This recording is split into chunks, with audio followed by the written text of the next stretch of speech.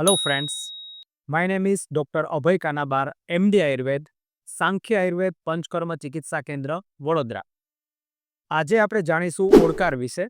ઓડકાર વિશે બહુ બધી માન્યતાઓ છે, પણ ઓડકાર આવવો જોઈએ કે નહીં? તો ઓડકાર બે પ્રકારના છે, એક પ્રાકૃત અને બીજો વિકૃત. પ્રાકૃત એટલે નોર્મલ ઓડકાર જે આવવો જોઈએ.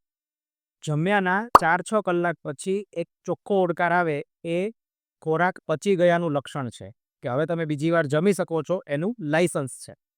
એટલે એ ઓડકાર આવવો જોઈએ જે ચોખ્ખો હોય.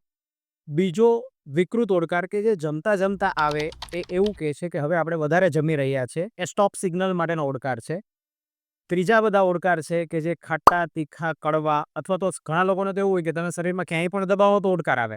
બરાબર, તો આ બધા છે એ વિકૃત ઓડકાર છે, જેની આપણે સારવાર કરવી જોઈએ. ઓડકાર ન આવવો, પ્રાકૃત ઓડકાર ન આવવો એ પણ રોગજનક સ્થિતિ બતાવે છે. Thank you.